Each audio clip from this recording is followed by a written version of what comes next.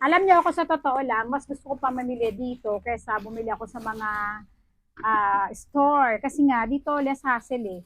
Tapos ano pa, minsan ang dami pang pa-discount, ang dami mga pa-promo, di ba? Ang daming mga ano kinemerut ng mga seller, o di ba? Tapos hindi ka pa hassle para mamili or magbitbit. So eto na nga.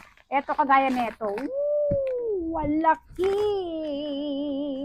Ang sarap! Tumutulo na yung laway ko.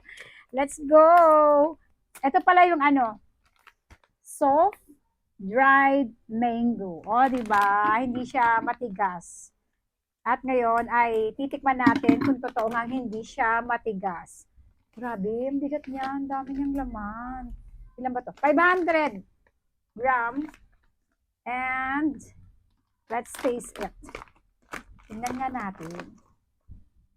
Uy, grabe. Ang laki ng laman. Kakulay ng damit ko. Tingnan nyo naman. Isang pisngi. Mmm. Yan gusto ko. Hindi yung puro tamis. Masarap to kasi may konting asim. Alam niyo yun?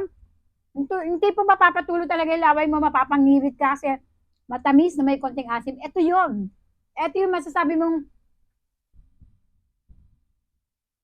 tunay na masarap. Hindi puro tamis. Ito yung mangga. Ang sarap.